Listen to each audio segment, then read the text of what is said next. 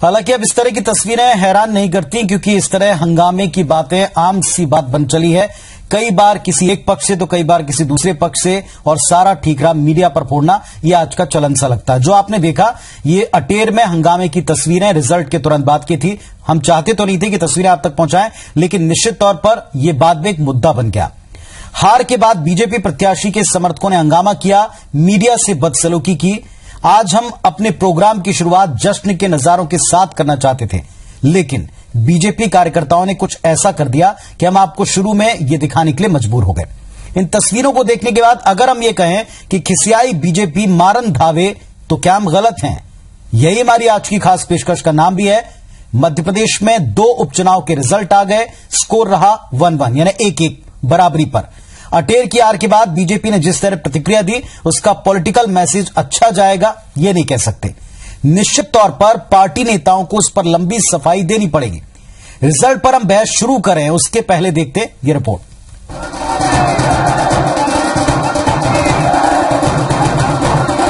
जश्न की 2 तस्वीरें, जीत के 2 अध्याय। इस बार स्कोर रहा 1-1।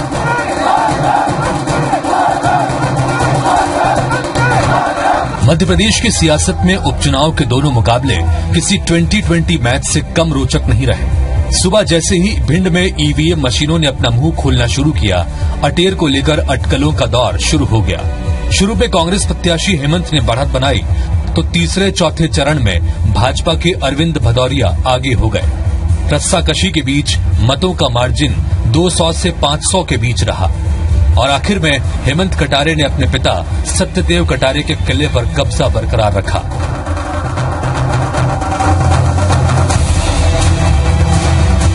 तो 2013 में सत्यदेव कटारे से हार का मुंह देखने वाले अरविंद भदौरिया एक बार फिर खेत रहे। उधर बांधवगढ़ में शुरू से ही भाजपा की बढ़त रही और यहां मंत्री ज्ञान सिंह के बेटे शिव नारायण सिंह ने कांग्रेस की सावित्री सिंह पर एक तरफा जीत हासिल की।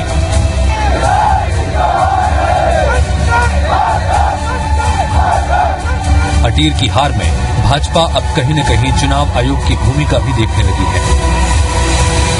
चुनाव है, हम हमारी पराजय को स्वीकार करते हैं। आने वाले समय में हम समीक्षा करेंगे। अटेर 2018 में हम जीते इसका प्रयत्न करेंगे। हम ये जरूर कह सकते हैं कि बांधवगढ़ हमने 25,000 वोटों से जीती है। हमारा जनाधार बढ़ा है, हमारा वोटर बढ़ा है।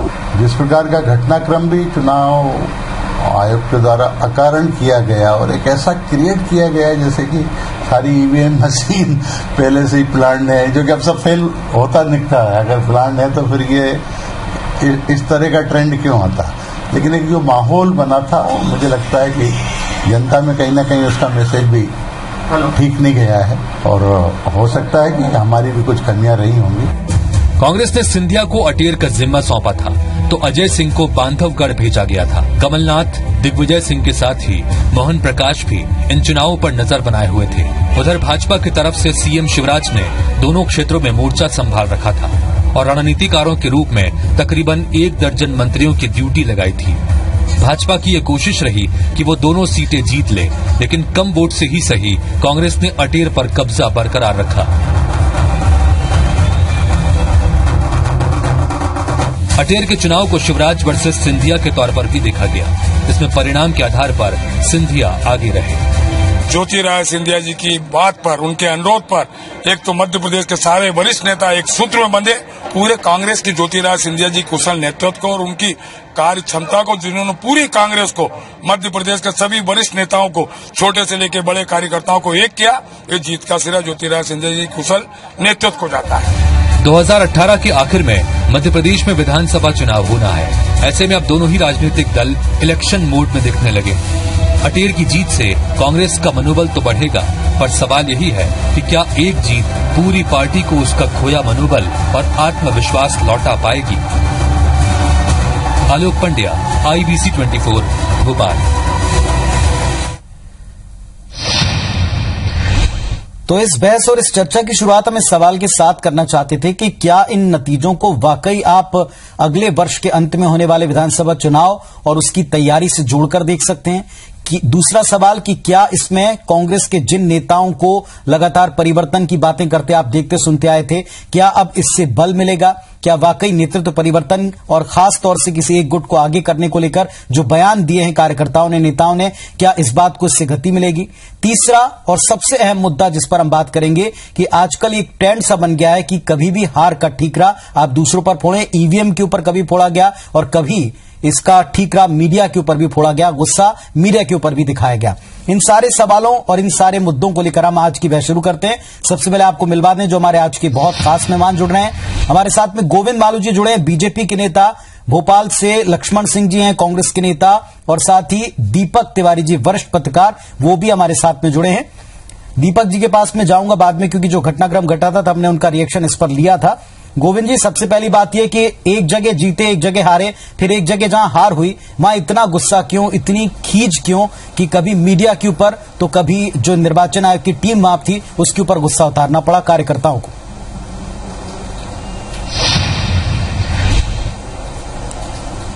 देखिए, लोकतंत्र में जीत वही महत्वपूर्ण होती है और जीत को शिरोधार्य करना चाहिए सभी को। ये लोकतंत्र की खूबसूरती है। माननीय मुख्यमंत्री जी ने भी अपनी पहली रिएक्शन में कहा कि लोकतंत्र में लोकमत की जीत है। तो ये एक अलग ढंग की बात जो आप बता रहे हैं। कार्यकर्ताओं ने यदि कहीं कोई ऐसी उत्तेजना आ गई हो या कहीं किसी के कारण कोई रिएक्ट किया हो, तो वैसा मैं समझता हूं कि सहज रूप से लेना चाहिए। लेकिन उस समय की वहां की स्थिति क्या रही होगी ये हम नहीं बता सकते यहां से बैठकर। लेकिन जो भीड़ होती है उसका अपना एक अलग शास्त्र होता है। और भीड़ के समय क्या कौन उत्तेजना फैलाता है, कौन प्रोवोकेट करता है, ये अलग विषय है। लेकिन संयत रहना चाहिए, अनुशासित रहना चाहिए, ये सभी इस बारे में सहमत होंगे। चाहे गोविंद जी, एक बड़ी अजब सी स्थिति है। माफ कीजिएगा, आपको रोक के बीच में सवाल पूछ रहा हूं। एक बड़ी अजब सी स्थिति है कि कांग्रेस आरोप लगा रही थी कि ईवीएम में गड़बड़ी है। जैसे ही ये नतीजे आए तो कुछ इसी तरह का आरोप बीजेपी लगाने लग गई। दूसरी बात, ये जो खींच है, ये जो झूमा झटकी है, ये बदसलूकी है, ये मीडिया के साथ हुई, जो केवल कैमरा लेकर जो भी प्रत्याशी बाहर निकल रहे थे, चाहे विजयी हो या हारने वाले हो, उनसे उनका रिएक्शन ले रही थी। और यहां मीडिया के ऊपर भी अपनी खींच उतारना, जो अब एक ट्रेंड सा बनता जा रहा है, ये भी अपने आप में एक बड़ा मुद्दा है कि जब आप एक जगह जीते तो अगर वहां पर पूर्ण विश्वास है, लोकतंत्र में आस्था है आपको लोगों के ऊपर, तो दूसरी जगह जहां हार मिली वहां इस तरह की खींच क्यों?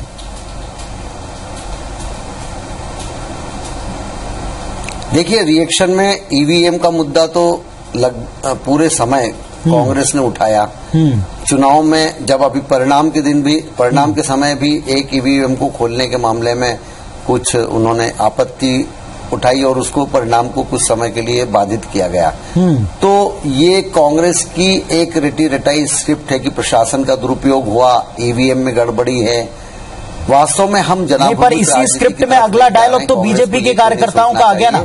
और जहां तक इसी स्क्रिप्ट में वही डायलॉग बीजेपी के कार्यकर्ताओं का भी आ गया। देखिए, नहीं,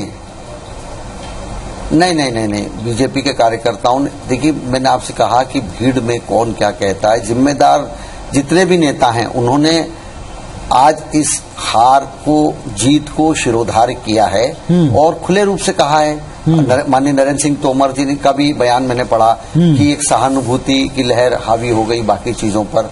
तो ये सब एक परिपक्व राजनेता जो उच्च स्तर पर बैठे हैं वो लोग करते हैं। लेकिन नीचे किसने क्या कहा या कोई कार्यकर्ता से किसी ने बाइट ली, उसने कुछ कहा, तो हो सकता है कि वो अपने व्यक्तिगत और निजी विचार हो सकते हैं, लेकिन पार्टी ने यहाँ ऐसा कहीं नहीं कहा। जब आपको पूरे दिन का, मालू जी, अगर आपको पूरे दिन का हाल पता है, अगर आपको कांग्रेस के विरोध की बात पता है, तो आपको निश्चित तौर पर यह भी शायद पता होगा कि जब हार डिक्लेयर हुई तो हार के बाद प्रत्याशी की बाइट ली जा रही थी, किसी कार्यकर्ता की इसमें बाइट नहीं ली जा रही थी। चलिए, हमारे साथ में लक्ष्मण सिंह भी जुड़े हैं। लक्ष्मण जी, एक तरफ जीत एक तरफ हार, किस तरह से इसको लेते हैं? क्या सबसे बड़ी बात यह कि अटेर एक पूरा फोकस बन चुका था नेशनल सिनेरियो पे भी गड़बड़ी को लेकर, ईवीएम में गड़बड़ी को लेकर, इसलिए शायद कांग्रेस का भी पूरा तवज्जो उस एक जगह पर था? देखिए, कांग्रेस ने दोनों जगह प्रयास किया और अटेर में हम जीते, बांधवगढ़ में हम नहीं जीत पाए। अटेर में मैं हेमंत कटारे को, उनकी टीम को, कांग्रेस पार्टी के कार्यकर्ताओं को, विशेषकर जो बूथ पर रहे और जिन्होंने हर तरह की गुंडागिर्दी का सामना किया, उन सबको मैं बहुत बधाई देता हूं। और अभी आप मालू जी से पूछ रहे थे, मालू जी उसका स्पष्टीकरण भी दे रहे थे कि एक उपचुनाव में विधानसभा के हार के बाद मीडिया के कैमरे तोड़ दिए गए और जब ये 2018 में चुनाव हारेंगे तो पता नहीं क्या हाल होगा, क्या क्या तोड़ेंगे। लेकिन एक मुद्दा ये भी है लक्ष्मण जी, एक मुद्दा ये भी है कि ईवीएम में गड़बड़ी की बात कांग्रेस ने उठाई। कांग्रेस मुद्दा ये भी कि ईवीएम में गड़बड़ी की बात कांग्रेस ने उठाई। कुछ हमारे किसी उम्मीदवार ने, पार्टी के किसी कार्यकर्ता ने जी कैमरे नहीं तोड़े हैं। जी चलिए ठीक है, इस बात पर तो मुझसे जवाब नहीं रहे। पॉइंट है अटेर का लक्ष्मण जी, इस बात पर तो हम जवाब नहीं रहे। टर्निंग पॉइंट है 2018 का। जी अब मुद्दा यह है कि ईवीएम में गड़बड़ी की बात आपने की, कांग्रेस ने की, सारे देश में इस बाई इलेक्शन को इससे जोड़कर भी देखा गया कि यहां पर ईवीएम में शायद कुछ टेम्परिंग की बात की गई। एक तरफ ईसी कहता है कि आप आइए, देखिए और सिद्ध करके दिखा दीजिए कि टेम्परिंग हुई है या नहीं हुई है, हो सकती है तो आप करके दिखा दीजिए। दूसरी तरफ अब जबकि कांग्रेस के प्रत्याशी की भले ही कम मार्जिन से सही जीत भी हो चुकी है, तो क्या कांग्रेस का स्टैंड बदलेगा ईवीएम को लेकर? क्या अभी भी लगता है कि ईवीएम में बहुत गड़बड़ियां हुई हैं? अगर हुई हैं तो क्या उसको कांग्रेस सिद्ध करेगी जैसा इलेक्शन कमीशन कह रहा है?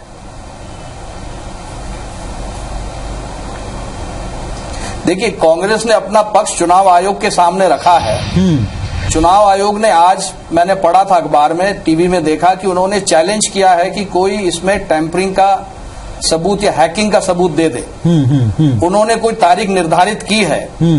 अब उस तारीख तक इंतजार करते हैं, देखते हैं और इसके बारे में उस तारीख के बाद ही कुछ कह पाएंगे हम लोग। लेकिन देखिए, कांग्रेस अकेली नहीं है, 13 विपक्षी दलों ने अपना पक्ष चुनाव आयोग के सामने, राष्ट्रपति जी के सामने रखा है।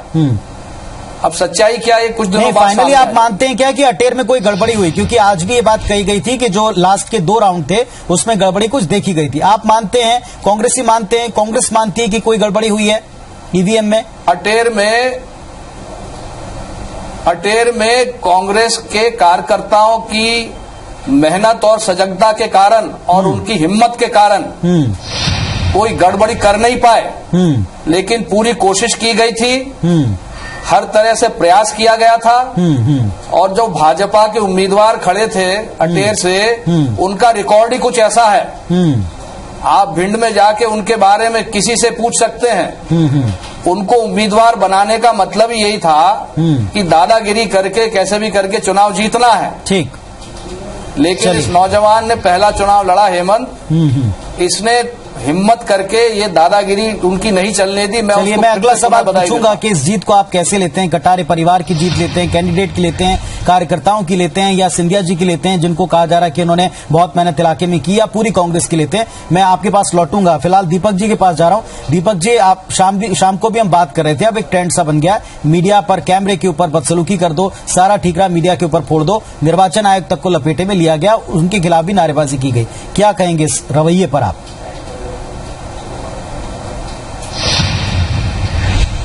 निश्चित तौर पर ये निंदनीय है, इसलिए क्योंकि आप मैसेंजर को शूट कैसे कर सकते हैं? हम तो आपके लिए वही चीजें सामने दिखा रहे हैं जो कुछ हो रहा है। पर भिंड की जो स्थितियां हैं कोई नई बात नहीं है।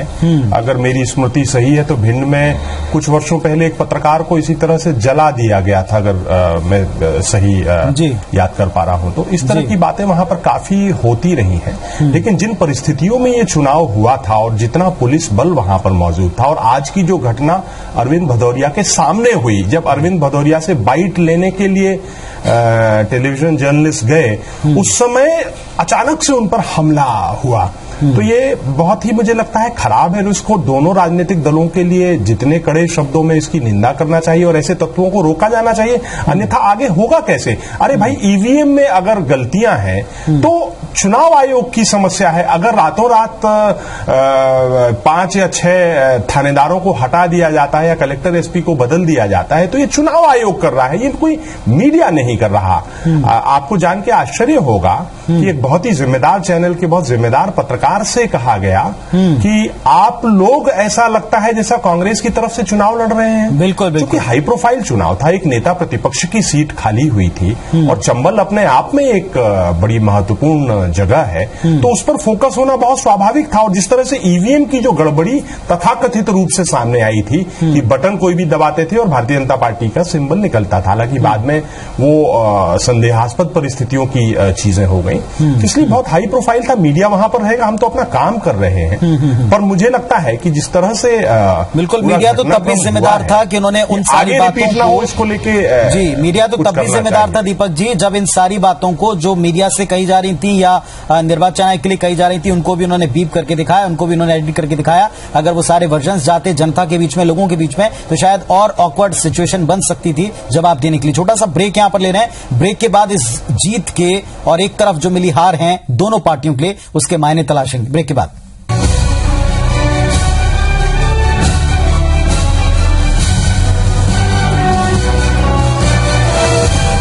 चलिए अब मध्य प्रदेश में अटेर और बांधवगढ़ के नतीजों के बाद में रिएक्शंस की बात कर लें। ज्योतिरादित्य सिंधिया ने क्या कहा, सुनाते हैं आपको। हेमंत कटारे को मैं बधाई देना चाहता हूं। पूरी दमदार तरीके से चुनाव लड़ा है कांग्रेस के प्रत्याशी के रूप में, और सबसे महत्वपूर्ण कांग्रेस के कार्यकर्ता, आम कार्यकर्ता को भी मैं बधाई देना चाहता हूं जो एकजुटता के साथ इस चुनाव अभियान में कूदा है और कांग्रेस का परचम जनता के बीच में वो लहरा पाया है। लक्ष्मण जी हमारे साथ में। लक्ष्मण जी, लगातार कांग्रेस में परिवर्तन की बात उठती रही है और किसको कमान सौंपी जाए 2018 के पहले, भले ही कोई खुलकर स्वीकार नहीं करता, लेकिन कभी दिग्विजय सिंह जी का नाम आता है, कभी सिंधिया जी का नाम आता है, कभी कमलनाथ जी का नाम आता है। क्या इस जीत के बाद में या जो आज के नतीजे हैं इसके बाद में कोई मोहर लगेगी, ये बात स्वीकार की जाएगी कि अब किसी को कमान सौंपी जाने का वक्त आ चुका है? क्या खुलकर इस बात को कहा जाएगा? क्या नतीजे किसी भी तरीके से कांग्रेस की भीतरी राजनीति में कोई मायने रखते हैं?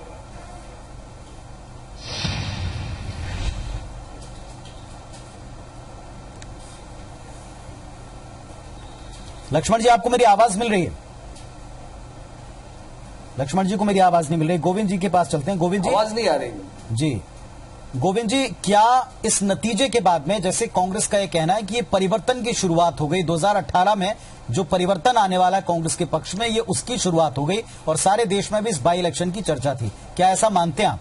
अभी आ रही। कांग्रेस अगर इस भ्रम में है तो हमने मुबारक हो कि उस भ्रम में रहें। अभी कांग्रेस को इंट्रोस्पेक्शन करने के लिए जी कही हमेशा चुनाव में जिस ढंग के निर्णय आए हैं, जिस ढंग का जनादेश मिला है, उसके बाद भी उन्होंने कोई कोशिश नहीं की कि इसका विश्लेषण किया जाए कि आखिर हम कहां खड़े हैं। इस चुनाव में भी सत्यदेव कटारे जी जब जीते थे वो मार्जिन कितना था और आज उनके सुपुत्र ये चुनाव में विजयी हुए तो वो मार्जिन कितना रहा। बांधवगढ़ का 2013 का जो चुनाव था उसमें कितना अंतर से जीत हुई थी भारतीय जनता पार्टी उम्मीदवार की और आज कितने अंतर से जीत हुई है, ये इस बात को सिद्ध करता है कि भारतीय जनता पार्टी का जनाधार भी बढ़ा है, उसके प्रति लोगों का विश्वास भी बढ़ा है और मतदाताओं का रुझान भी बढ़ा है। और देश भर की जो स्थितियां हैं वो इस बात का परिचायक है और इस बात का ठीक है। चलिए, मतलब कांग्रेस का जो दावा है आप इसको सिरे से खारिज करते हैं। लक्ष्मण जी, एक तरफ कांग्रेस ने दावा किया है, एक तरफ ये दावा किया है कि 2018 में परिवर्तन की शुरुआत हो गई है, लेकिन भीतर भी परिवर्तन की मांग उठ रही है कि अब आप नेतृत्व को परिवर्तित कीजिए। क्या इसका वक्त अब तय मान रहे हैं आप? लक्ष्मण जी। जी लक्ष्मण जी, आपको आवाज मिल रही मेरी? आवाज ही नहीं आ रही क्या? चलिए दीपक जी, आवाज नहीं आ रही जी, ठीक है, हम कोशिश करते हैं आपसे जुड़ने के लिए। दीपक जी, एनालिसिस के तौर के ऊपर अगर हम आज के नतीजों को देखें, क्या वाकई में कांग्रेस को परिवर्तन की बात सोचने या ये दावा करने कि 2018 में परिवर्तन की लहर की शुरुआत आज से हुई है, भीतर परिवर्तन करना पड़ेगा और बड़ा परिवर्तन करना पड़ेगा? दोनों पार्टियों के लिहाज से कैसे देखते हैं? सुनील जी, मुझे लगता है कि मेरा नंबर आता जब नहीं मिलती। एक चुनाव से बहुत ज्यादा नहीं कहा जा सकता, पर जैसा कि माना जाता है कि परंपरागत रूप से उपचुनाव सत्ताधारी दल ही जीतता है। उन परिस्थितियों में जब भारतीय जनता पार्टी ने अपना सबसे सशक्त उम्मीदवार अरविंद भदौरिया, अपने आप में एक बड़ा नाम भारतीय जनता पार्टी का बन गए थे, खासतौर से जब से उन्होंने बड़ा मलहरा चुनाव में उमा भारती की प्रत्याशी को हरवाया था, और उनकी एक अपनी धाक है, तो शायद इस कारण से भारतीय जनता पार्टी के ही बहुत सारे लोगों ने उनको वहां पर हरवाया भी है। पर जिस तरह से अटेर में गोविंद सिंह, जो कि दिग्विजय सिंह कैंप के माने जाते हैं, और ज्योतिरादित्य सिंधिया ने मिलकर चुनाव लड़ा, ये मुझे लगता है कि ये जरूर बड़ा संकेत है मध्य प्रदेश के लिए कि अगर कांग्रेस के नेता सचमुच में अगर मिलकर चुनाव लड़ें तो शायद उनकी स्थिति बहुत अच्छी हो सकती है। पर हमने देखा कि वो जो चीज है, जीत के पहले तक नेता अलग होते हैं, जीत के बाद अलग हो जाते हैं। तो अगर सचमुच में ईमानदारी से, और आपने कहा था अभी, देखिए नाम अब मध्य प्रदेश में 3 ही बचे हैं मोटा मोटी। दिग्विजय सिंह का आपने नाम जरूर लिया, लेकिन वो क्लियर कर चुके हैं कि वो मध्य प्रदेश नहीं आना चाहते, और वो बात के पक्के आदमी है, ये तो अब दुनिया जानती है, तो मध्य प्रदेश नहीं आएंगे। बचे कमलनाथ, ज्योतिरादित्य सिंधिया, और 2 नाम अरुण यादव और अजय सिंह, जो नेता प्रतिपक्ष और इसके नाते हैं। तो है यही लोग, अगर ये सचमुच में चारों लोग मिलकर लड़ लें, ईमानदारी से लड़ लें, जो मुझे लगता है कि ईमानदारी नहीं है इन लोगों में, अगर ईमानदारी से लड़ लें तो 2018 में इतनी एंटी इनकम्बेंसी मध्य प्रदेश में हो चुकी है, कांग्रेस के लिए कोई बहुत मुश्किल नहीं होगी। चलिए, मुझे लगता है कि कांग्रेस के नेता ही अपने आप दीपक की सबसे बड़ी जी, कोई एक नाम लेना चाहेंगे क्या लक्ष्मण जी, कि इनके हाथ में कमान जानी चाहिए? क्या इस पर कोई निजी राय दे पाएंगे? वो आप ही हमारी तरफ से पूछ लीजिए अगर मेरी आवाज ना पहुंचे तो। देखिए, ऐसा है कि बार बार आप लोग मीडिया वाले हो, चाहे बीजेपी हो, कोई भी हो, बार बार आप फोकस करते हैं हमारे लीडर्स पे। देखिए, हम लीडर्स जो हैं वो केवल अपना भाषण देके अपने आगे जाते हैं, लेकिन बूथ पे जो लड़ते हैं उनकी चर्चा कोई नहीं करता।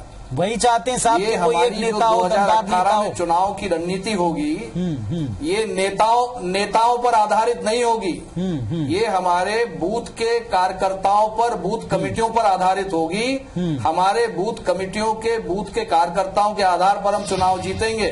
ठीक है, और सब नेता मिलकर लड़ेंगे। ये बात पुरानी हो गई कि इन नेता में विवाद, उन नेता में विवाद, बहुत हो गया। 10-15 साल हर बार लक्ष्मण जी जो गलतियां की उसको हमने सुधार लिया है, और आगे भी। लक्ष्मण जी, 2013 के चुनाव में जब हम बात कर रहे थे, प्री इलेक्शन बात कर रहे थे, तो आप ही ने कहा था कि कांग्रेस को कांग्रेस हराती आई है। ऐसा कई बार हुआ, इसीलिए कार्यकर्ता चाहते हैं कि सब मिलकर ही साथ लड़ें, लेकिन वो क्षत्रप कौन सा होगा जिसके साथ सब आ पाएंगे, ये देखना होगा। बहरहाल बहुत बहुत शुक्रिया आप सब लोगों का इस चर्चा में शामिल होने के लिए। वक्त खत्म हो गया, वरना चर्चा को आगे बढ़ाते। फिलहाल आज का नतीजा दोनों पार्टियों के लिए एक सबक भी है और खुश होने का एक मौका भी है। नमस्कार।